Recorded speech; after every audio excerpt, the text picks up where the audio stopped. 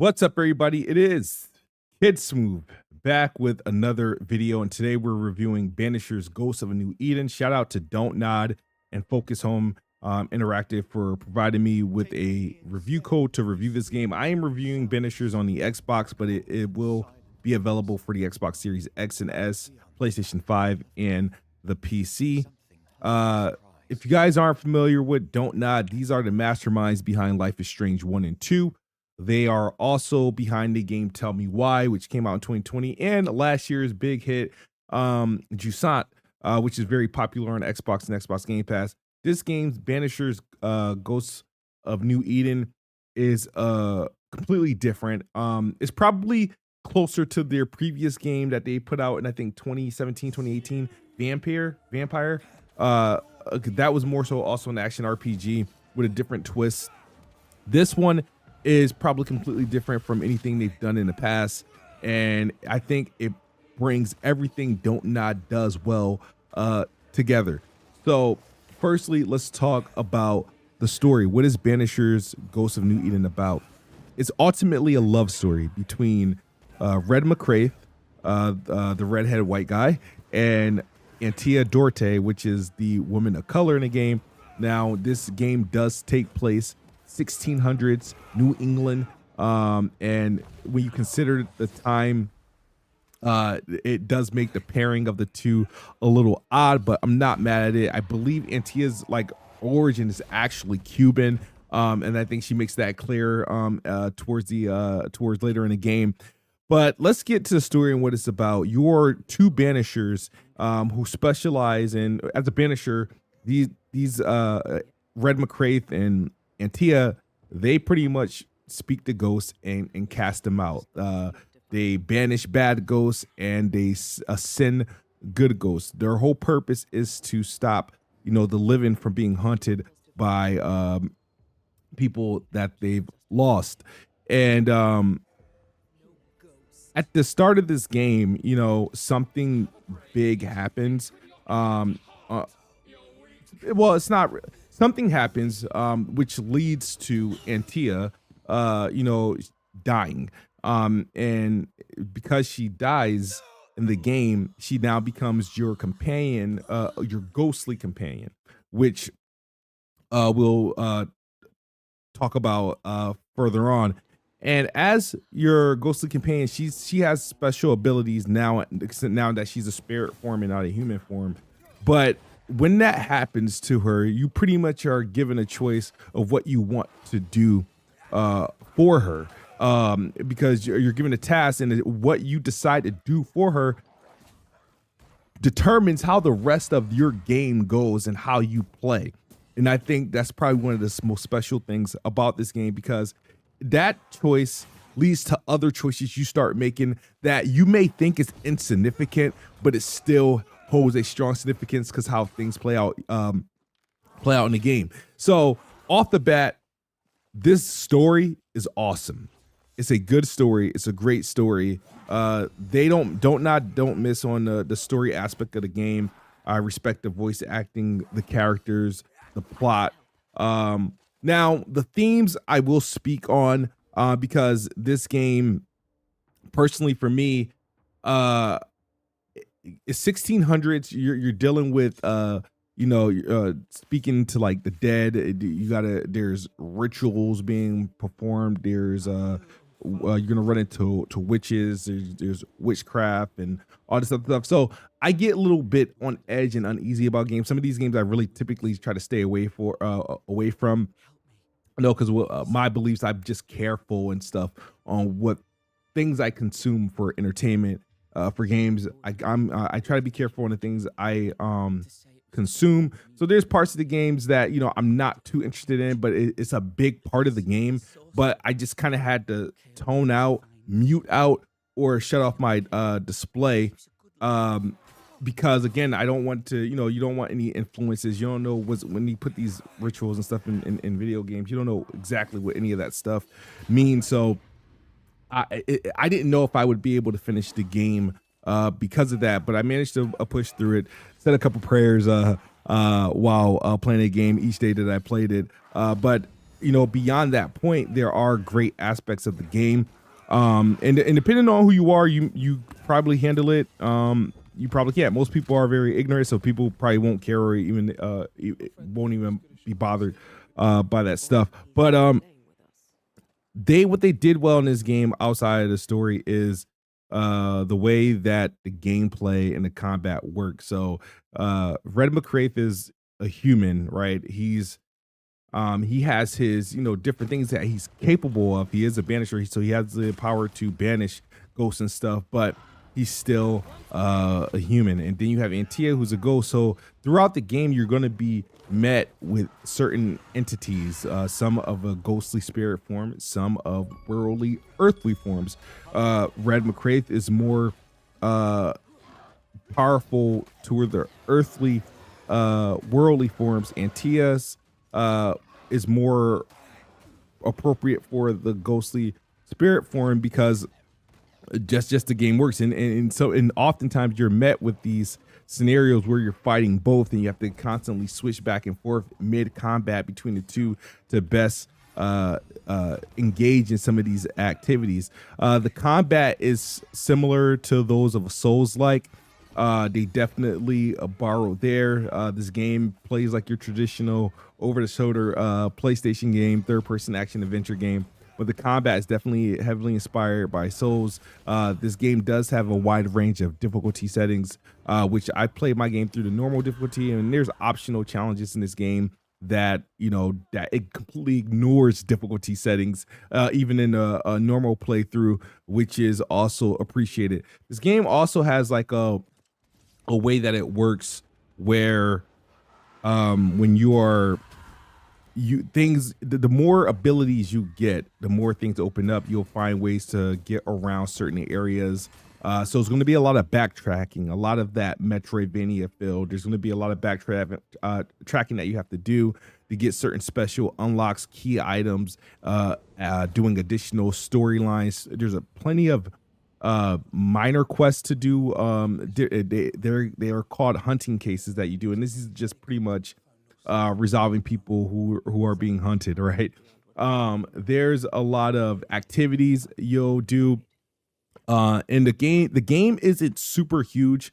It's a very large in scope, a wide game. Is like, I don't know if I would call it open world, but it's a very wide game. So even if you didn't do the backtracking, you would still find the game pretty large. But I like the abilities that you do get in the game that opens the game up. The skill tree is also not your typical generic skill tree. This is an option.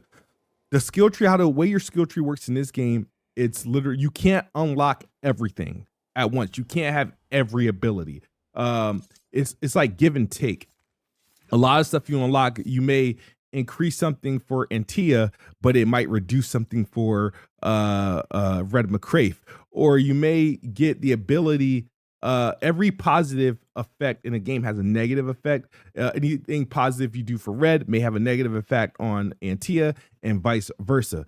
That is an awesome game design, because what happens is you're choosing strategically how you want to tackle the game. Now, the good thing about the skill tree in this video game, you can change it at any point. Like, so what happens, you earn your skill points, you can get a refund on something. Maybe you don't like an ability you unlock, you get a refund and reapply it somewhere else. I've changed which direction I go for certain puzzles I had to do that required me to have more spirit power, or more duration in my spirit power. I've as the game progressed and some of the fights got harder, I've allocated skill points that allowed me to either reduce the damage I'm taking, or to have more health potions, or to have a regeneration health, or get health points back when I did something like a parry or a weak point shot. This game, while the combat isn't too expansive, it's very basic, but it's well executed, and the two-dimensional aspect of it between Red and Antia does add a lot to it. So this combat game, for a don't nod game, the combat is very, very passable. Now, this game, again, it looks great. It does have a performance and quality mode. Quality mode is targeting higher resolution, 4K. 30 FPS. The performance mode, which I still feel is definitely I think it's targeting it's probably at like 1440p. I don't know what they're doing, but it still looks good, but it's targeting 60 FPS, and you feel it. It's a difference. And it works very well, especially in combat. Issues I did have with the performance mode though is entering cutscenes, because the quality it's a live action cutscene. It's not like a pre-rendered. Is still all in game. It's just that the quality ramps up and the frame rate goes down to the point like a cinematic mode. And also when you're going through like cross spaces, or when the camera zooms up, it has that God of War effect where it zooms up behind the player to follow you through the small crevices, the little holes or nook and crannies you have to get between. Frame rate dips here and there. Sometimes Antia with her activities may mess up the frame rate a little bit. So you will notice frame rate drops with this game, and that's when I noticed it. But overall, it's still good. I played majority of the game in performance mode. Sure, the 4K mode brings up the quality to a bit, and it also cleans up the shimmering that's in the ghosting effect on the characters. But the performance mode, to me, in my opinion, it just feels accurate. It feels appropriate for the game that you're playing, especially when you get into combat and you have to be precise. And I feel like the parrying, like I said, the parrying is great. It could be better, but I feel like the timing is a little off. So that's why I opted for the higher frame rate of the game. But these guys did a magnificent job. This game is said to be 25 to 30 hours. I'm almost certain I spent about 40 plus hours playing a game. And I have another playthrough to do. This game, like I said, the decisions in this game that you make in this game has an impact on almost everything, from even different hunting cases. You're dealing with a lot of people. You're going to be coming across a lot of people who can help you or who could be essential to you. And, you know, you can make a decision with them that completely wipes them out of the remaining of the quest lines or future quests. So this game, like I said, they did a good job with the story aspect. The other thing about this game is that there's a lot of collectibles you can get, and a lot of moves you can do. I've had a ton of fun with this game. I definitely appreciate what Don't Nod was able to do with this game.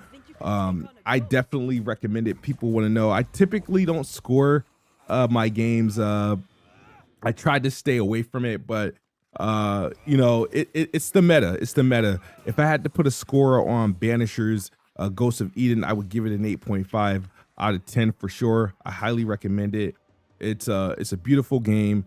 The story's beautiful. The gameplay works. It's great. The level designs, the art, the casting, the storytelling, everything they did, they nailed it right. Like I said, it has some issues with some of the performance glitches. And like I said, there's things personally that I'm not knocking for it. Like the theme, like I said, the theme itself will determine if you want to play the game like this. I usually stay away from these themes, but the game was pretty good, and you know, I learned to look over it and keep it moving. But the game overall is just really good, and I definitely recommend. I think this is the ultimate game from Don't Nod to date. You know what I mean? It's not, you know, your average Life is Strange. It's them making an action RPG and making it work and doing it better than most RPGs, action RPG games that we get today.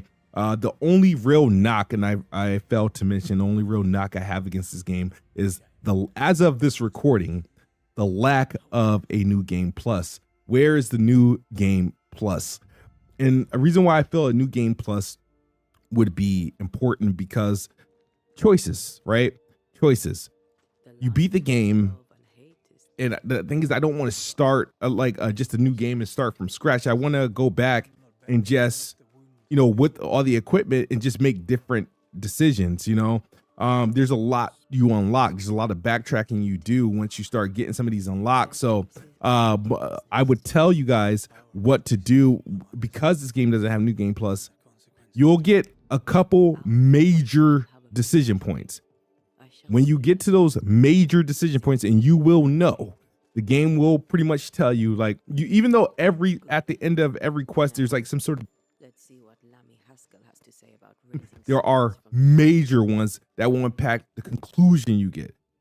Make a manual save at those save points so that in the event you want to go and do another playthrough with a different major decision, go ahead and do that. I think that will be, safe, the safest thing to do, and also to clean up, some achievements. But I definitely have to recommend this game. It's a beautiful game. It's good. The gameplay's good. It's, to me, it's like it's the apex for Don't Nod so far, man. If you guys want any other videos from me, keep it locked, subscribe. I'll be here with more videos, more reviews, more skits, more music. Kid Smooth always, man. Best spot out of here. Peace.